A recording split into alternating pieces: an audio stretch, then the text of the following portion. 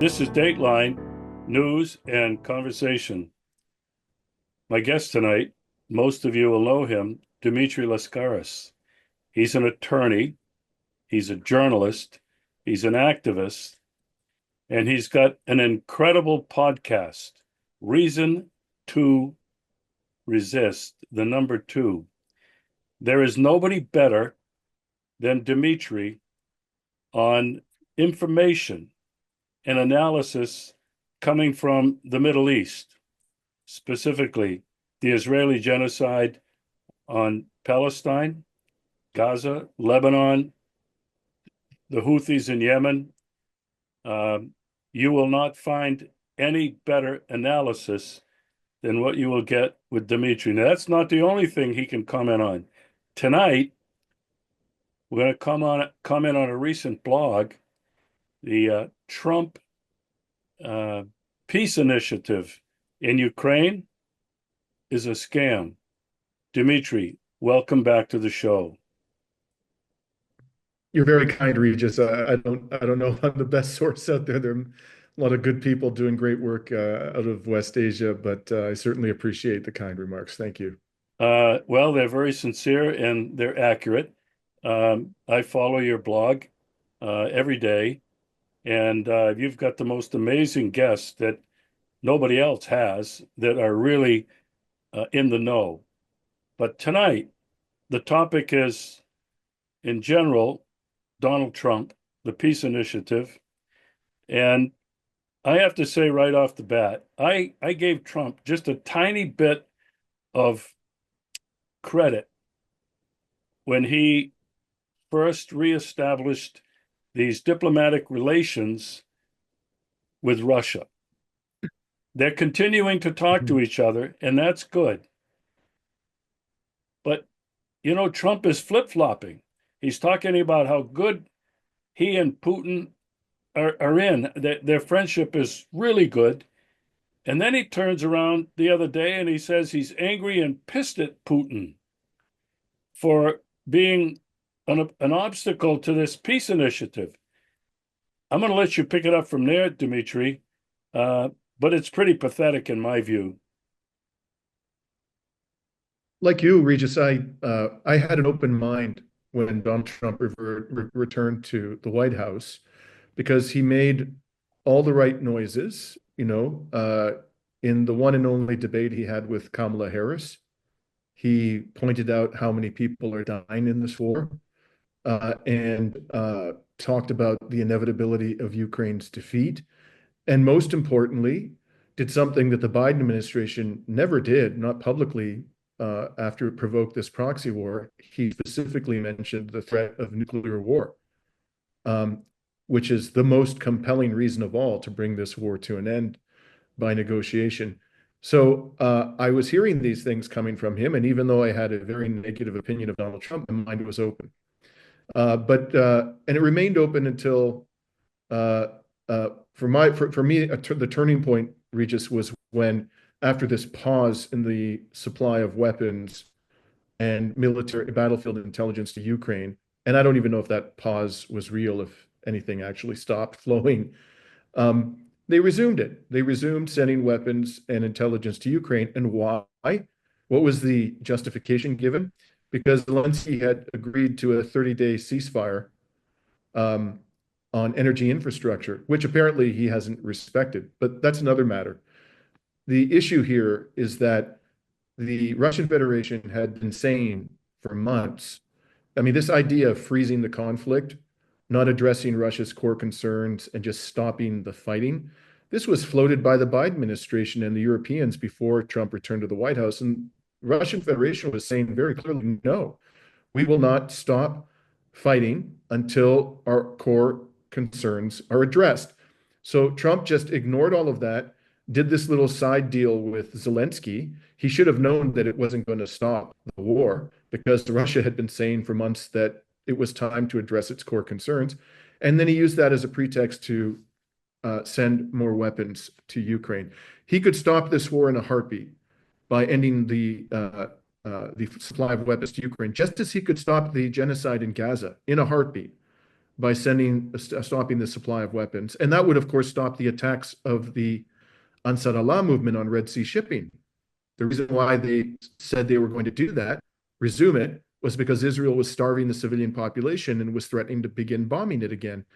So I don't believe it anymore. My mind is now made up. It was open when he came back to the White House. And this latest episode, Regis, which you mentioned, right, where he said he's pissed off with Putin, the grounds he gave for being pissed off with the Russian president was that the Russian president had questioned the credibility of Zelensky. 3 weeks ago, Donald Trump called Zelensky a dictator. Donald Trump humiliated him in the White House along with J.D. Vance. Donald Trump and J.D. Vance did more to undermine Zelensky's credibility than Vladimir Putin has ever done. So the man is just all over the place. But at the end of the day, his policies, his actions are not consistent with his rhetoric. And I have a view, as you probably know, we can get into this if you want, about why he's pretending to want to end the war in Ukraine. But I do believe that it's a pretense. It's not real. Well, I do want you to pursue that. What's his end game? I mean, this guy, he's the deal maker. There's nobody better than Trump. There's always an end game, and it's a game for him. Okay, he's going to posture. He's going to do this. He's going to flip flop. He's going to use pressure in any way he can. But why do you think that this is a scam? That he's not sincere? Well, I think there are a couple of things going on here. First of all, the reason why he kept talking about ending this war and stopping the flow of money to Ukraine during the presidential campaign was very simple: to win votes. I mean, it was absolutely clear that there was a large and growing number of American voters who wanted this travesty brought to an end and who thought that the American government was throwing good money after bad. So the Democrats basically ceded the peace camp to Donald Trump. They weren't talking about peace. They weren't talking about bringing an end to the Ukraine war. They wanted to fight it to the bitter end, to the last Ukrainian. So Trump, I think, just took some good political advice from people around him, and they said, look, you can win a lot of votes by talking peace. I think that was part of his motivation. But I think the main part of his motivation, we cannot separate what's going on in Ukraine and West Asia, in my opinion. Right now, the Trump administration is amassing a huge armada in West Asia. They're sending B-52 bombers to Diego Garcia. They've got aircraft carrier battle groups, submarines. They're apparently sending more warplanes to their land bases, air bases in West Asia. They're preparing for an attack on Iran.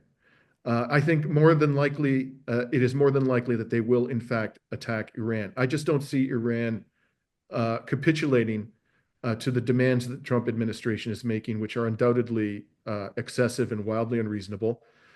So there's a war coming, and there are that the Trump administration must confront. First of all, 3 days before Trump came back to the White House, Russia and Iran signed a strategic partnership agreement.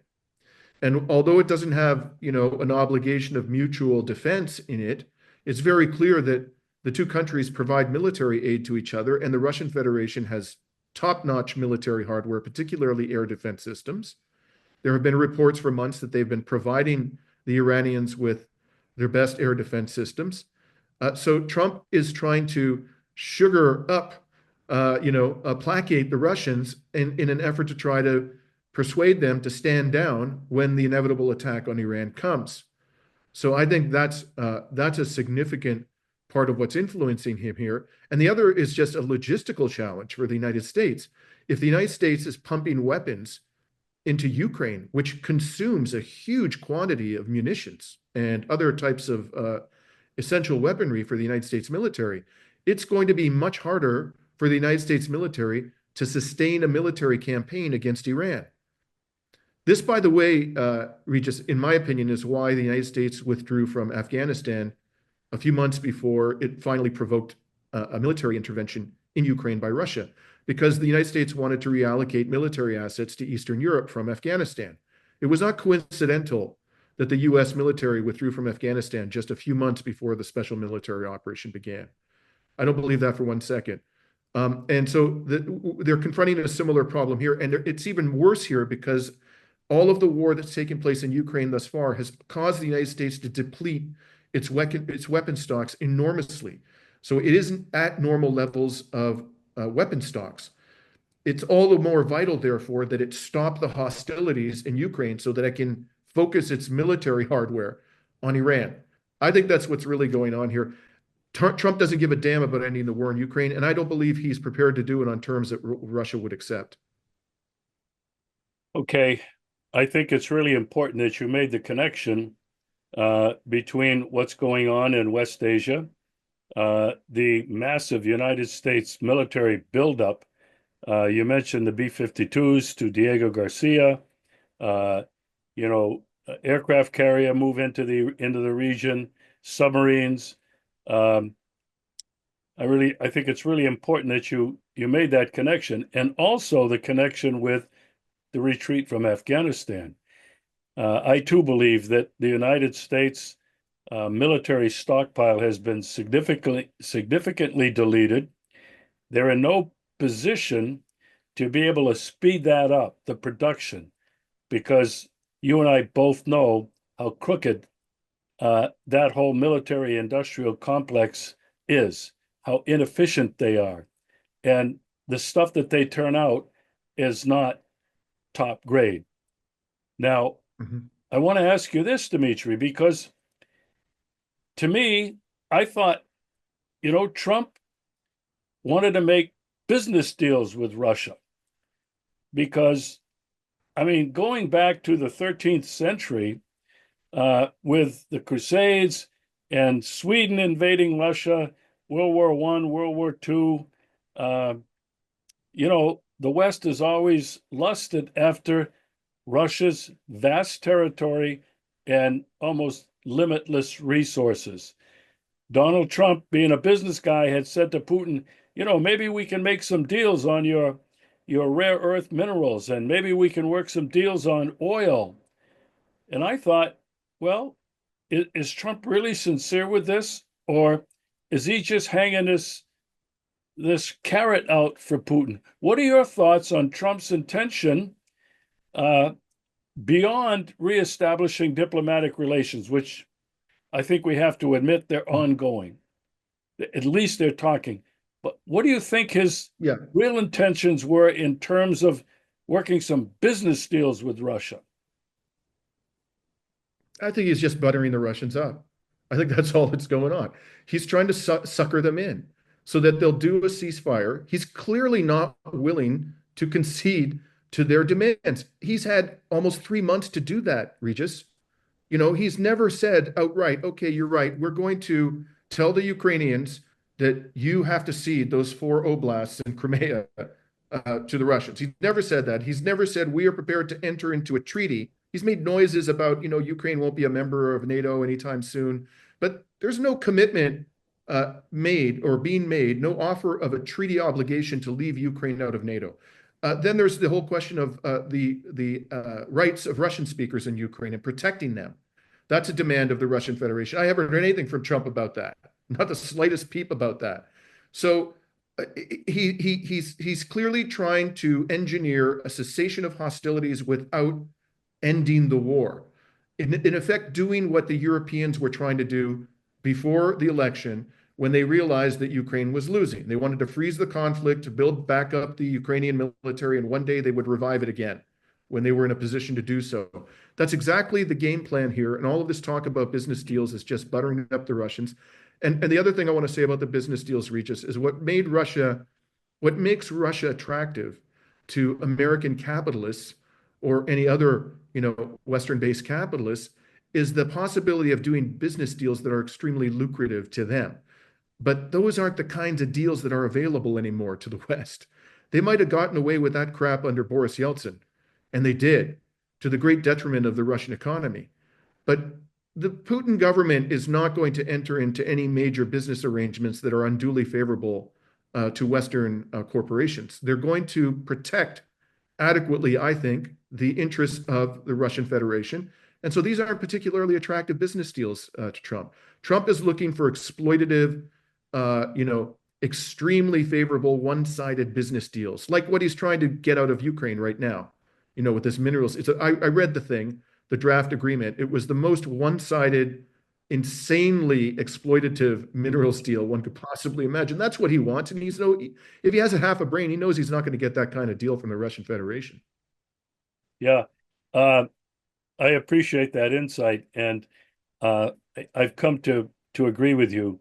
I think that Trump is just trying to play Putin, but as you probably know, and I know because I follow the Russian media, and I follow what Putin says, what Lavrov says, what Peskov says, who's the spokesperson for uh, Russian foreign, no, President Putin, and Maria Zaharova for the foreign ministry.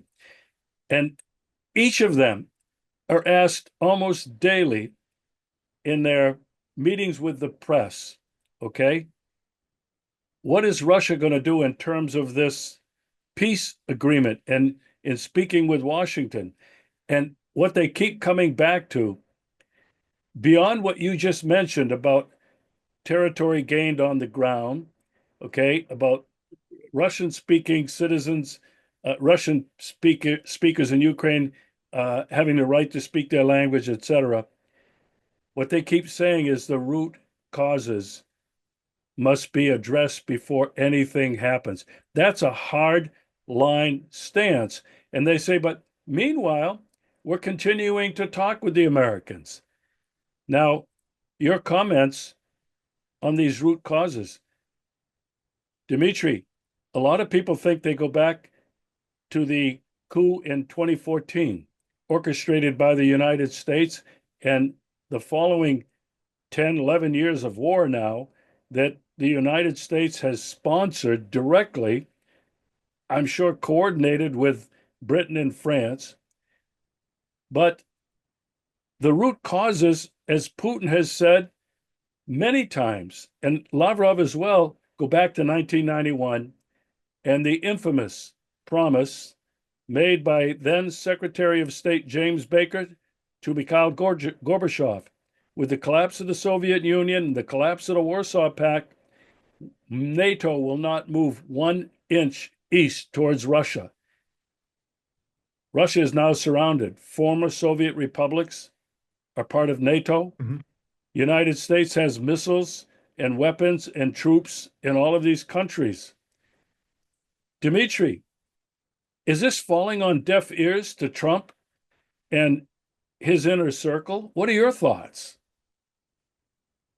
Yeah, and I'm glad you mentioned the infamous breaking of the promise not to move NATO 1 inch eastward. And it was followed up by two other extraordinary provocations before the special military operation. The first one was the Bush administration withdrawing from the anti-ballistic missile treaty.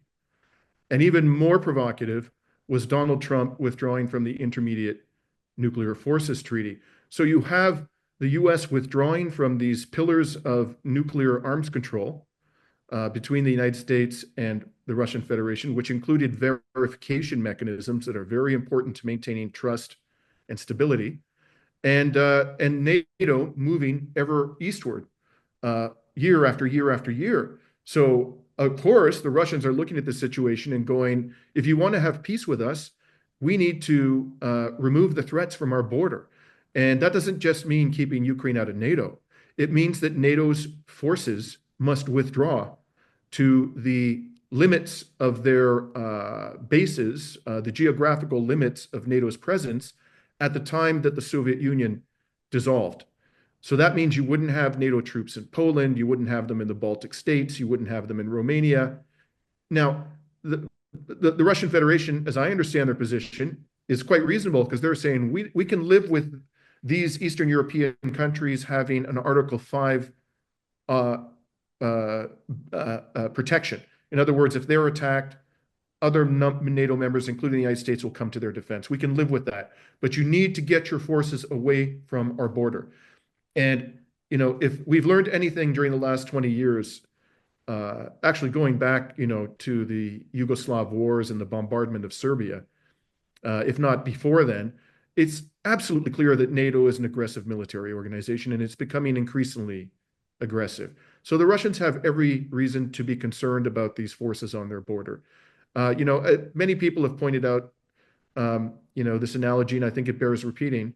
How would the United States react if Canada entered into an Article 5 type military alliance with the Russian Federation or China? How would the United States react if they did that with Mexico? Would they tolerate that? We saw what happened when the Soviet Union tried to put nuclear weapons in Cuba. We almost ended up going up in flames in a nuclear conflagration, even though the Cubans accepted those nuclear weapons because the United States government was intent on overthrowing their government and was constantly attacking them. So they had ample reason to want a deterrent. And even still, the United States almost brought us to the precipice of nuclear war. So let's be serious here. This is a legitimate concern, and it's not just for the benefit of the Russian people. It's a benefit for all of us, and particularly those of us living in Europe. We will be safer if NATO withdraws its forces to the pre-1991 limits of NATO's presence in Europe. Wow. I want to make a comment about Article 5 and how Russia would be very comfortable with that. And the reason why Russia would be comfortable with that is Russia has never and does not have any intention of being aggressive towards anybody in the West. Russia's Exactly. Absolutely. yeah. You So nailed I it. mean, You nailed it, Regis. Why would they be willing to give that up if they intended to attack Europe? I mean, it makes no sense. well, and when Putin's asked about it, that Finland and Sweden and Denmark and some of these other and the Baltics, for crying out loud, Latvia, Lithuania, Estonia, worried about Russia attacking them. When Putin is asked about this, he goes, basically, if the word is not ridiculous, it's something very close to that, and he doesn't even go any further. He just said it's ridiculous. So I think that was a really good point that you made. And from Russia's point of view, and this is, living in Russia now for the last 5 years, I have been trying to help people understand what it's like to be in Russia's shoes, in Putin's shoes. How does Russia see all of this? And what you and I are doing right now is presenting really how the Russians view what's going on. And, this is in the context of Trump right now. He's playing a game, and a very dangerous game, Dimitri, that he should not be playing with Russia, because Russia has already told the United States that you are agreement incapable, and we're moving now east, away from you. We don't need you. In spite of your sanctions, your tariffs, your threats, we don't need you, and things are going pretty well. What are your thoughts? Mhm. Yeah, I was very struck by the speech that President Putin gave to some industrialists a few days ago, where he said, in essence, I haven't read the transcript of his comments, but I've seen numerous reports about them, and he said, in essence, the old world isn't coming back. The sanctions aren't going away. The key to the prosperity of the Russian Federation is self-sufficiency. And to the extent we're going to rely upon trade, we are going to rely overwhelmingly on trade with our Eastern partners. That's where the future lies. And so I think it's very clear from that speech and others that he's given recently, and comments that Lavrov has made, and also the deputy foreign minister made some comments, that they're not being taken in by this shyster Trump at all. They're not buying it all. They understand. I think they understand what the game is here. And by the way, Regis, I wouldn't be at all surprised if if the Trump administration has specifically raised Iran in private conversations with Russian officials and is trying to pressure them and cajole them into giving assurances that they're not going to come to Iran's defense. We aren't hearing that, but I would be very surprised if that isn't a subject of discussion between them. I do know that the Russian Federation, and this is another indication that they're not getting taken in by the shyster, they've come out and said Iran has a right to a peaceful nuclear program. And these threats of bombing Iran, which is exactly what Trump is now doing, he's openly threatening to bomb Iran. Russia is saying that is utterly unacceptable and extremely dangerous. We won't tolerate that kind of talk. So all indications are that this time around, Trump ain't fooling nobody, at least not on the Russian side. Unfortunately, there are some people in the anti-imperialist media who have been fooled, or at least I think they were fooled, and now I think they're coming around to the unfortunate reality that Donald Trump is just a shyster. Yeah, and he said, "I want to be remembered as the peace president." In the context of what we're talking about right now, promoting and continuing the war in Ukraine, obviously supporting it with money and weapons, and intelligence sharing.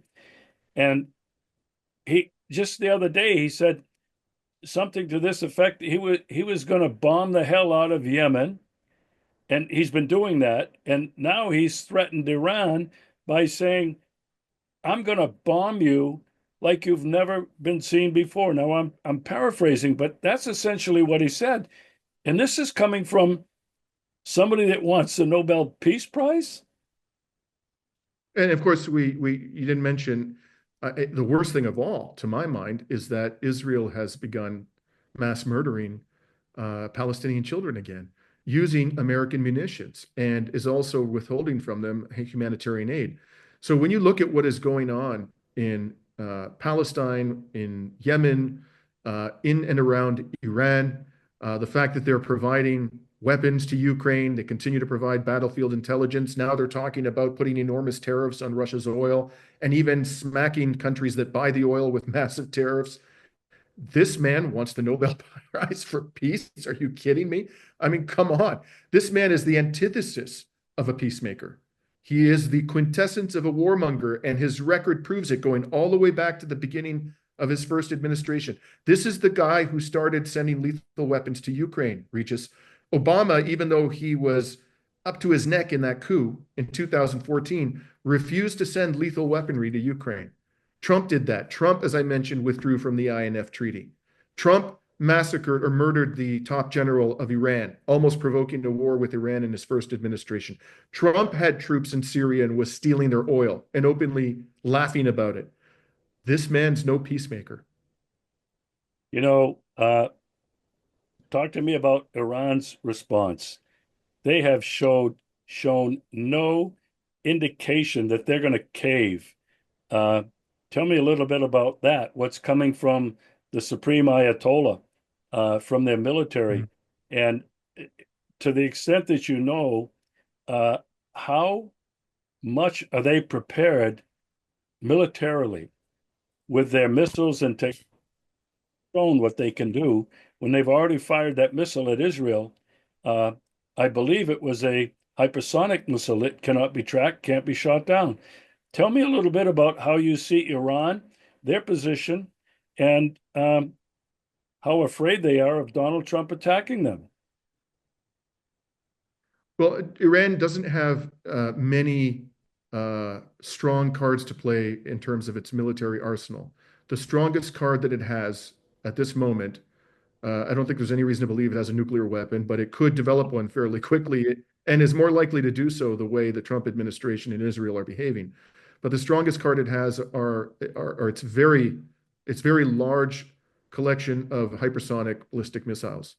And they proved during in the course of responding to Israel's aggression, including the destruction of Iran's embassy in Damascus and the killing of Ismail Haniyeh in Tehran during the inauguration of the new Iranian president. These were both unequivocal acts of war. In responding, they showed beyond a shadow of a doubt that their ballistic missiles can penetrate Israel's air defenses. The most dramatic thing they did was in the second response. That was their response to the killing of the murder of Ismail Haniyeh in Tehran.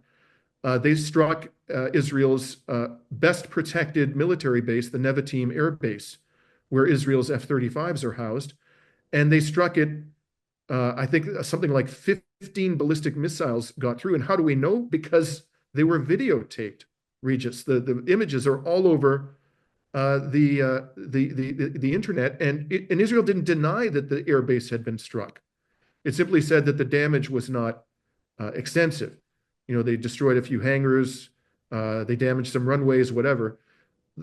It doesn't really matter at the end of the day how much damage they did in that attack. What they demonstrated is that they can easily penetrate Israel's air defenses, not just Israel's, it's also the United States, Britain, France, all Western militaries that have air defense capability in West Asia brought that air defense capability to bear to protect Israel. And Israel is supposed to have the most sophisticated air defenses in the world. We keep hearing about the Iron Dome and David Sling and blah, blah, blah. And we saw what Iran can do. So if they provoke Iran, Iran could cause enormous damage to Israel, militarily and to its civilian infrastructure. It could cause mass casualties. And Iran is a big country. It has desert, it has mountains. It spread its missiles out. It has them in underground silos all over the country. So even if, as the Americans claim, Iran's air defenses were greatly weakened by Israel's last attack, which I don't think has been demonstrated at all. And even if they were, Iran has had months to rebuild its air defenses with the assistance of the Russian Federation. But even if they have been weakened enormously, it could still do huge damage to Israel. And of course, there are the American military bases. Qatar is the largest US military base in West Asia, and it's just a few minutes flying time from Iran with a hypersonic missile. So, and then there are other things they could do. They could shut down the Strait of Hormuz quite easily, causing oil prices to soar enormously. And as I mentioned, they could develop a nuclear weapon very quickly if they are pushed into doing that. What I hope they're saying, and I'm just making educated guesses here, just based on the prior history of the Iranian government, Regis. I mean, there's just not enough information out there to know exactly what they're saying. They are communicating through third parties, not directly. Iran refuses to negotiate directly with these threats being made against it. But I would guess that they are saying we will not dismantle our ballistic missile arsenals, which I have no doubt Trump is demanding and Israel is demanding.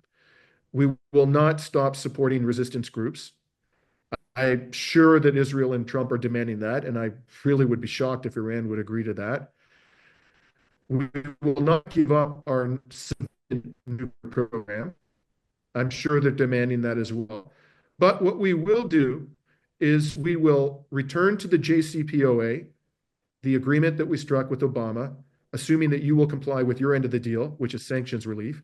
And we may be willing to add some additional restrictions on our civilian nuclear program, make it a little tougher. That's what we're willing to do. And my bet, I would wager a significant sum that that's more or less the message that the Iranians are giving to Trump. And I think Trump will not accept that. I think he's talked himself, even if he was bluffing at the beginning, he's now talked himself into a corner. And unless he comes out of this with something that's dramatically better than the JCPOA, I think he's going to feel obliged to attack Iran. And of course, the Israelis are going to put enormous pressure on him to attack Iran. So unfortunately, Regis, that's what I think is likely to happen. Yeah. And then all bets are off. What's Russia going to do? What's China going to do? China gets 15% of its oil from Iran. I mean, this is an extremely dangerous situation. Yeah. Exclamation points on both of those. Trump is very dangerous. He's backed himself into a corner. He's broadcast this all over the world. He's pounding his chest. And the second thing is, what is going to be the response of Russia and China? I think we are in when I say we, I mean humanity is in probably the most precarious, dangerous spot we've ever been in all of human history. If you look at what we've been talking about tonight, this situation in Ukraine is not over. It's not any less dangerous. As long as Ukraine keeps attacking Russia, my God, if they attack something really serious that Russia is not going to take it anymore, there's going to be a definite response from Russia. When you look at what we're talking about in the Middle East, and I'm going to transition to something that bothers me terribly, but that situation is so explosive now with Trump's threats of bombing. He's going to bomb Iran like they've never been bombed, like couldn't imagine before. we're in a dangerous spot. But here's the thing that bothers me. I've been talking with some of my friends in the United States and have had them on my show. When you look at what's happening right now, the Trump regime, and I'm calling it a regime now, uh, is persecuting, is uh, is making it impossible for people to be in their commentaries. A law that's ready to be passed in Congress that ordinary American citizens can be swept up, accused of breaking the law because they support Palestine. In the midst of this, Dimitri, the vast majority of the American population is and has been silent. Forget about Ukraine. Let that go. They don't even know where the hell that is, but they sure as heck know where Israel is. Mhm. I think the majority of American people have blood on their hands, whether it's because of their deliberate choice to ignore what's going on, or that they're delusional, or that they're afraid. It doesn't matter. I don't see how there's any excuse to excuse the silence of the American people in the face of what their government has been doing. Let's only go back to Obama. Your thoughts? I think your comments extend to the peoples of all the G7 countries. So you can toss in Canadians, Germans, the British, the Italians, Japanese. They are all uh, steeped in the blood of Palestinian children. You know, Regis, you and I are old enough to remember what it was like not to have an internet, okay, and not to have cell phones. When I was a teenager and I went to high school, if I wanted to research something, what's going on in some part of the world or some historical fact, I had to go to a library and go through a paper index, and then I had to go pull books off of shelves and I had to start reading. There were no search engines, there was nothing like that. Okay. And sometimes the library didn't have the answer, and you had to go into government archives and you had to got this microfiche and you had to sit there and look at these, miniature editions of newspapers of yesteryear. So in that environment, I could understand if you're living in a country where the media is hopelessly corrupt and they're constantly lying to you about the crimes of your government. I could understand you being ignorant. But if you have a functioning brain and you're an adult and you have access to the internet, you have absolutely no goddamn excuse for not knowing what is happening. And if you do know and you say nothing, you are complicit in the crimes of your country. I could not agree more with that. And I never tire of saying it. I'm sickened, Regis, to see so many people in the West say so little about the crimes of our governments. Yeah, that was really very eloquent, right on. Um, I don't know how anybody with half a brain and the internet uh, can deny what's really happening in Israel against the Palestinians.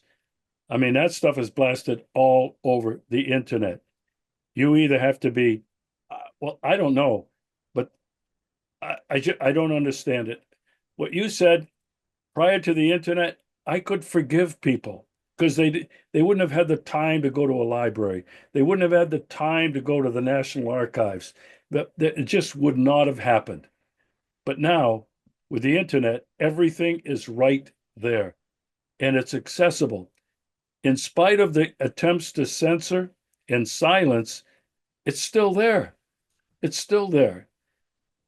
Anyway, Yeah. this I just this want I want to mention a poll. It's important just to people because public opinion is being affected by the information on the internet. A poll just came out, I think it was the University of Maryland, and it showed that 31% of Americans think that this is a shockingly high number in my opinion, but when you consider the propaganda in the United States, it's actually not that surprising.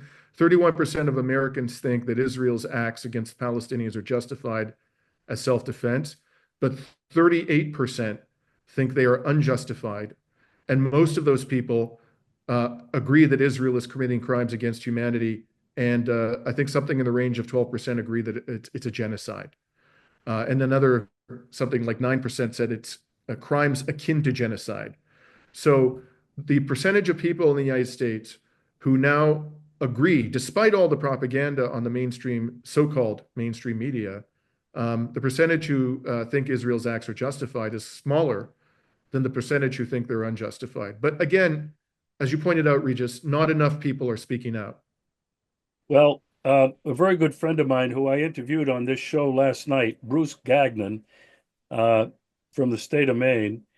Uh, I don't think he has a peer uh, as a peace activist. He goes back to the days of the farm workers in Florida, where he worked for the farm workers, uh, and then he was involved in the space program and the military aspects of the space program. I don't know that there's any better organizer over this his entire life than Bruce Gagnon. And he has been out on the street every couple of days, but all over the state of Maine with signs. Going back before the Israeli genocide, when it was Ukraine, when it was just the United States being aggressive around the world. Bruce Gagnon has been out there in the snow, the freezing Maine temperature this winter, with signs that are exposing America's complicity in the genocide in Israel. They're pro-Palestinians. He was telling me two things.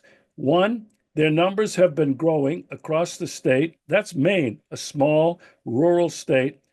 And he told me the number of people because they're always at main intersections, okay? Major intersect. The more honks and waves that they've been getting has been increasing significantly. But this is what he ended with. He told me, he said, I just got word from my son, who happens to be living in Thailand now, is going to have a son. It's going to be Bruce's first grandson. He said, I am more motivated now to end this madness so that my grandson will have a future. But he's always been saying, and he always quotes the Lakota Sioux, that we're always thinking about the future in 7 generations ahead. This is what's lacking today. I thought that was an Mhm. incredibly, very poignant point that Bruce made about now we've got to double our efforts, in his case, because he's got a grandson. Your thoughts on that and 7 generations ahead? I think what Bruce said is it's so important to communicate that to our fellow citizens. This is not just about the Palestinians. This is about our own children. And in fact, it's about our current generation, your generation and my generation, Regis. We are all at risk, but particularly our children and our grandchildren. If the United States, Israel, Britain, these other decrepit powers of the West get away with what they're doing in West Asia and in Ukraine, and there's no accountability, and we don't put a stop to it, you can basically forget about the vestiges of democracy and human rights that remain. Not much does remain in the West anymore. We're seeing this every day, people being deported because they express sympathy for the victims of a genocide. I mean, journalists being arrested at Heathrow Airport because they criticize Western foreign policy. Julian Assange being psychologically tortured in a maximum security prison because he revealed the crimes of the United States government. Uh, we do have some elements of democracy left, not much, but they're going to be gone soon if these people are not held accountable for what they're doing. And it ultimately will be our children and our grandchildren who will pay the price. This is not just about Palestinians. And I'm not just saying that because I want people to help Palestinians. I do want people to help Palestinians. I'm saying that because I really believe it. I'm worried about my children. My children are in North America, and I'm deeply worried about their future. You mentioned something and you breezed over it. These people, what these people want, uh, and I'm going to I'm going to introduce this topic because I want to use it kind of as a preview of coming attractions with you, Dimitri. These people, who are these people? You know, uh, I'm getting tired of everybody saying it's the United States of America that is the one that's responsible for all of this.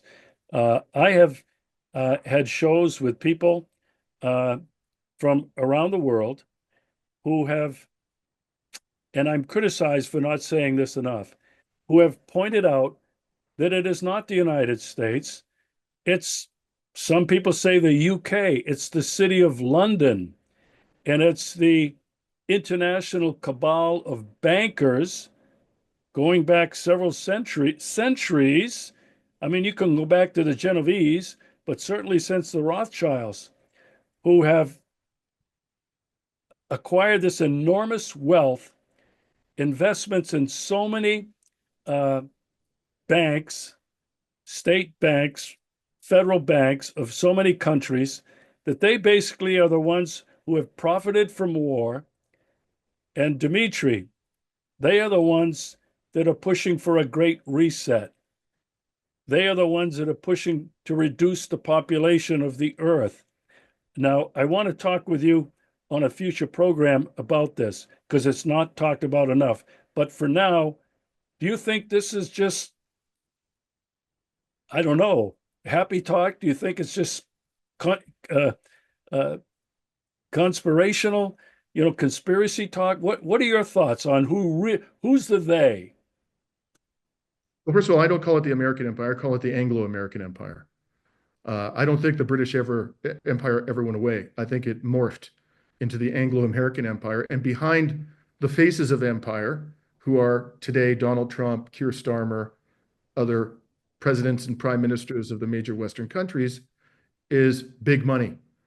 And some of that money is old money, okay, like the Rothschilds or the King of England. I thought it was quite interesting and telling when Starmer visited Washington, how he said, the king wants to welcome you to the castle, and Trump was agog and was so, I thought that was a very interesting moment.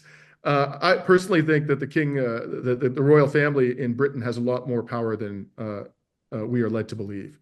But it's not just old money, it's new money. It's people like Elon Musk, people like Jeff Bezos, that character who owns Meta, Mark Zuckerberg, and then there are, these titans of capitalism in Europe. Um, so this small group of ultra wealthy people, people who have amounts of money that, the kings of old could only have imagined, they are the true driving force behind Western government policy. And the best title I've been able to come up with to describe this beast is the Anglo-American Empire. But it also includes, the elites of Britain, France, Germany, and Canada as well. Uh, we're going to talk about this again, I hope, in the very near future, because uh, to put the blame on Donald Trump, uh, you know, Joe Biden, Bush one, Bush two, Obama, Reagan. I mean, it's totally misplaced, and I think you know we've been uh, we've been blinded to what really is going on, and and this is part of what we'll talk about again in the near future. These people have an Sure. agenda.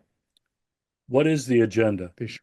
If anybody's paying attention to what Klaus Schwab has been saying in his World Economic Forum, uh, their agenda is right there.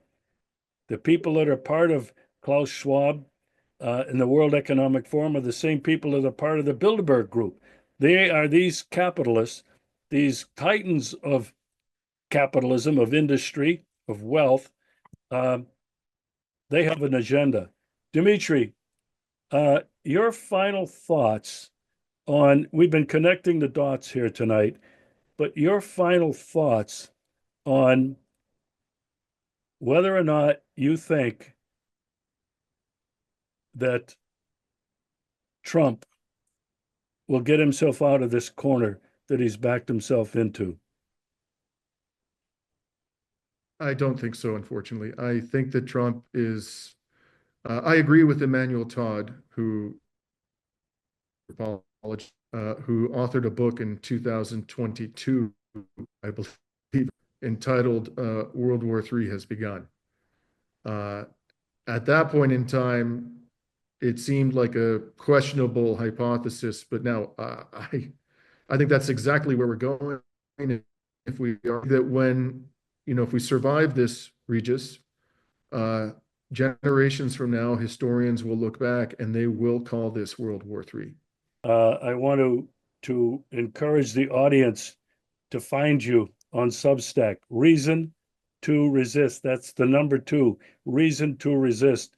I encourage everybody to go and find your channel and to begin following you for more in-depth understanding and analysis about what's happening not only in the Middle East, but around the world.